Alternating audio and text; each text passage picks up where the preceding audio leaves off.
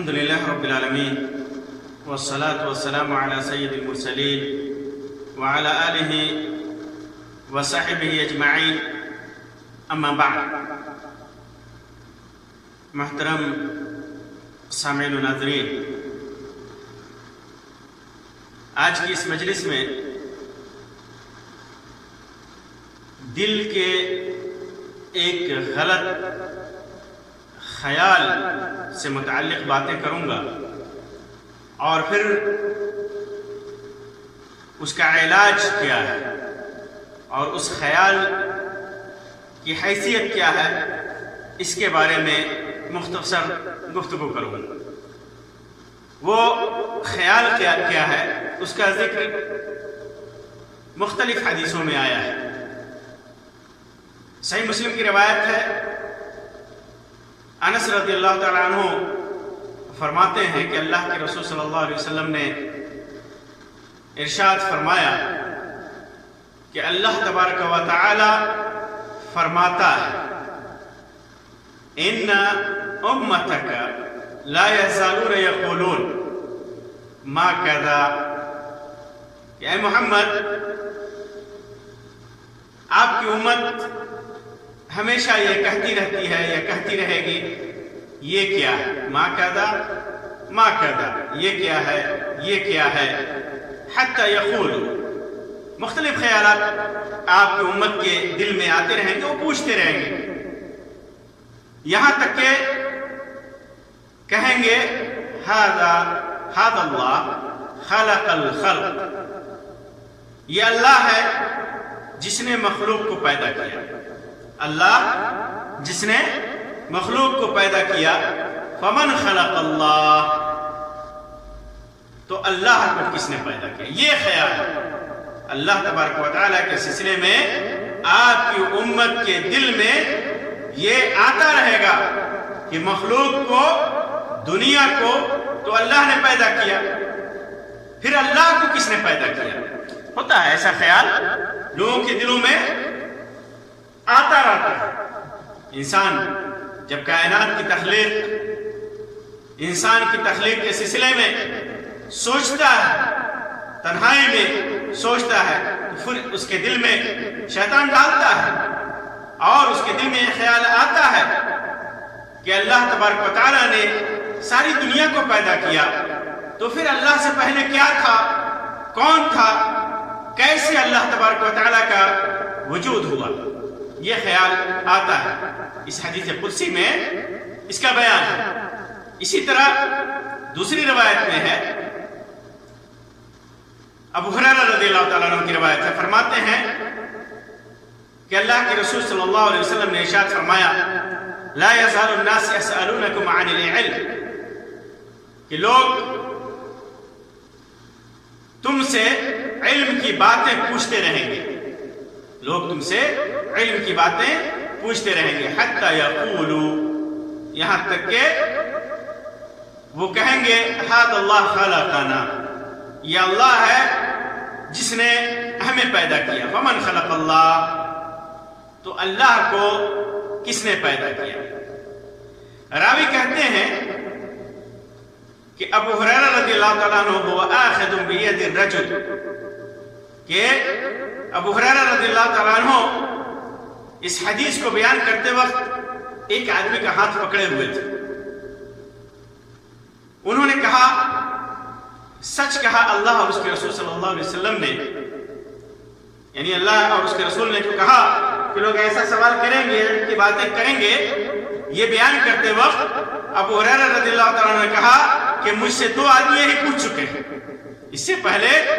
دو آدمی مجھ سے یہ پوچھ چکے ہیں، اور یہ تیسرا ہے، یہ تیسرا ہے، یا یہ کہا کہ ایک آدمی پوچھ چکا ہے اور یہ دوسرا ہے۔ اور ہم سے بھی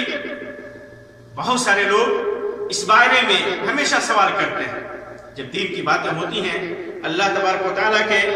کمال قدرت کی باتیں ہوتی ہیں، مخلوق کی تخلیق کی باتیں ہوتی ہیں، تو لوگ پوچھتے ہیں کہ آخر اللہ تبارک و تعالیٰ کو کس نے پیدا کیا۔ یہ سوال ہوتا ہے، اللہ اور رسول نے سچ فرمایا ہے اور ایسا ہوتا ہے۔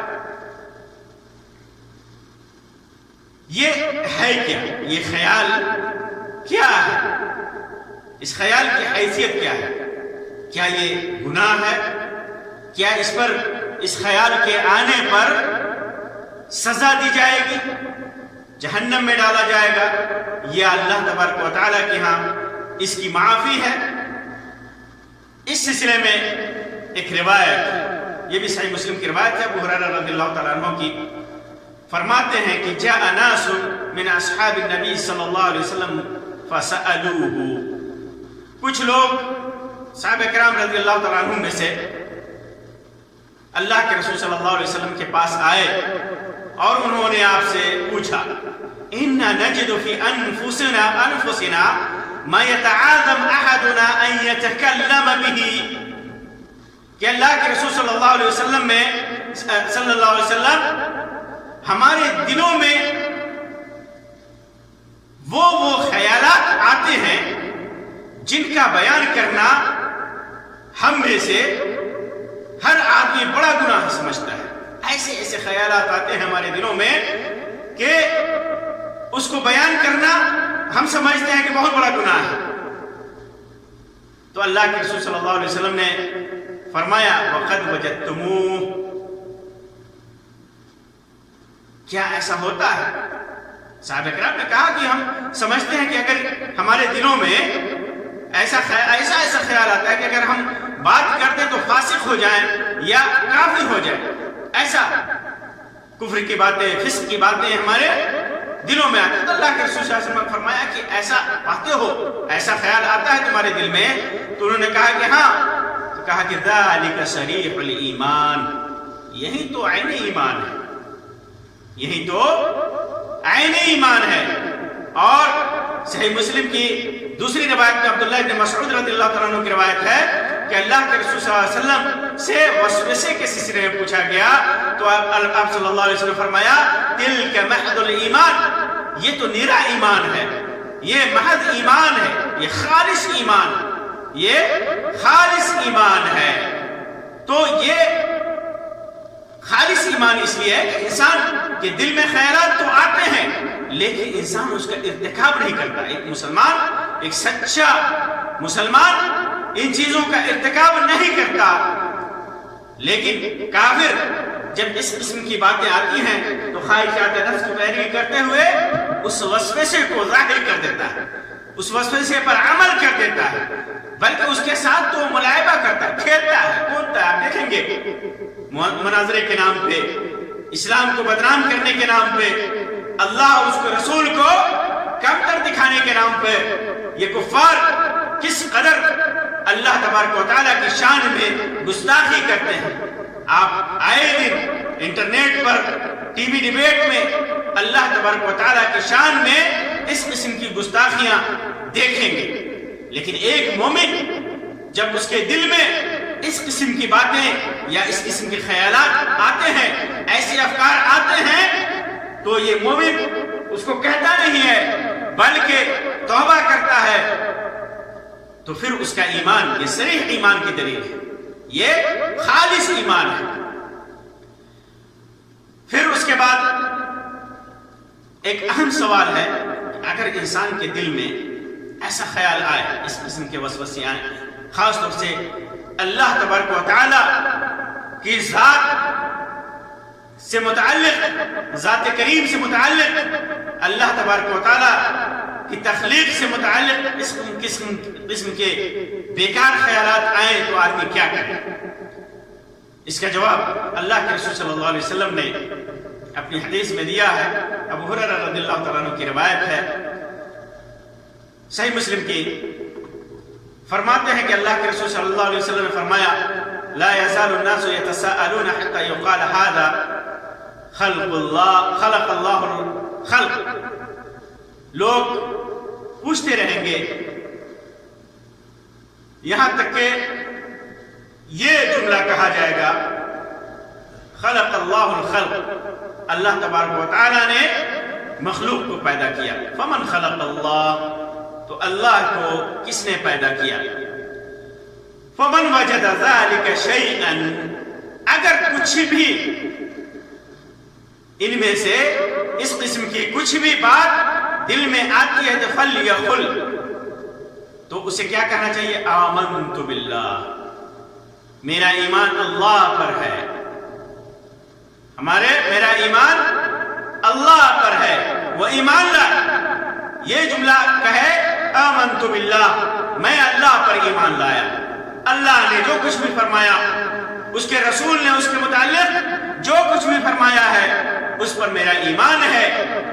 اور زیادہ گہرائی میں نہ جائے۔ جیسا کہ الاعتصام کے اندر ایک روایت ہے کہ شیطان آتا ہے اور کہتا ہے اس کو کس نے پیدا کیا، اس کو کس نے پیدا کیا، یہاں تک کہ کہتا ہے من خلق ربک، کس نے تیرے رب کو پیدا کیا، فَإِذَا بَلَغَهُ، جب ایسا خیال دل میں آئے، شیطان ایسی باتوں پر ابھارے، شیطان اس کی دعوت دے، تو کہے فَلْيَسْتَعِذْ بِاللَّهِ، تو اللہ کی پناہ طلب کرے، کہے اعوذ باللہ، کیا کہے؟ اعوذ باللہ، میں اللہ کی پناہ چاہتا ہوں، وَلْيَنْتَهِ، اور پھر رک جائے، ایسی باتیں نہ کہے، ایسی باتیں نہ کہے۔ یہ ویسے ہی ہے جیسے کہ اللہ تبارک و تعالیٰ نے قرآن مجید کے اندر فرمایا وَإِمَّا يَنزَغَنَّكَ مِنَ الشَّيْطَانِ نَزْغٌ فَاسْتَعِذْ بِاللَّهِ إِنَّهُ هُوَ السَّمِيعُ الْعَلِيمُ، شیطان کا جب کوئی وسوسہ آئے، کوئی شیطان کا بہکاوا آئے، شیطان کی طرف سے کوئی چوکا آئے، شیطان کی طرف سے کوئی خیال آئے، تو فَاسْتَعِذْ بِاللَّهِ، تو اللہ تبارک و تعالیٰ کی پناہ طلب کرو، انہو السمیع العلیم، وہ سننے والا بھی ہے، بہترین طریقے سے جاننے والا بھی ہے، وہ جانتا بھی ہے۔ تو اللہ تبارک و تعالیٰ کے سلسلے میں دل میں اگر خیال آئے، سارے وساوس کے سلسلے میں جتنے بھی وسوسے، غلط وسوسے، اللہ، اس کے رسول، اس کے دین، اس کی شریعت یا برائیوں کے سلسلے میں جب بھی کوئی وسوسہ آئے تو انسان کو اللہ کی پناہ طلب کرنی چاہیے، اور خاص طور سے جب اللہ تبارک و تعالیٰ کے سلسلے میں کوئی غلط خیال آئے تو پھر شیطان سے اللہ کی پناہ طلب کرنی چاہیے، آمنت باللہ کہنا چاہیے، اور پھر اس سے رک جانا چاہیے۔ اور یہ ایسا خیال آنا کوئی گناہ کی بات نہیں، اگر کسی کے دل میں خیال آ جائے تو انسان گناہگار نہیں ہوتا، بلکہ اگر ایسا خیال آئے اور اس کا ایمان مضبوط ہو تو یہ عین ایمان ہے، یہ صریح ایمان ہے کہ شیطان بہکاتا ہے، خیالات بہکاتے ہیں، لیکن انسان کا ایمان ڈولتا نہیں ہے، اس کا ایمان مزید مضبوط ہوتا ہے۔ اللہ تبارک و تعالیٰ سے دعا ہے کہ اللہ تبارک و تعالیٰ ہمارے ایمان کے اندر مضبوطی عطا فرمائے اور صراط مستقیم پر چلنے کی توفیق عطا فرمائے، برے خیالات، برے اعمال سے اللہ تبارک و تعالیٰ اپنی حفاظت و پناہ میں رکھے، آمین یا رب العالمین۔ وآخر دعوانا ان الحمدللہ رب العالمین، وصلی اللہ علی خیر خلقہ وسلم، والسلام علیکم ورحمۃ اللہ وبرکاتہ۔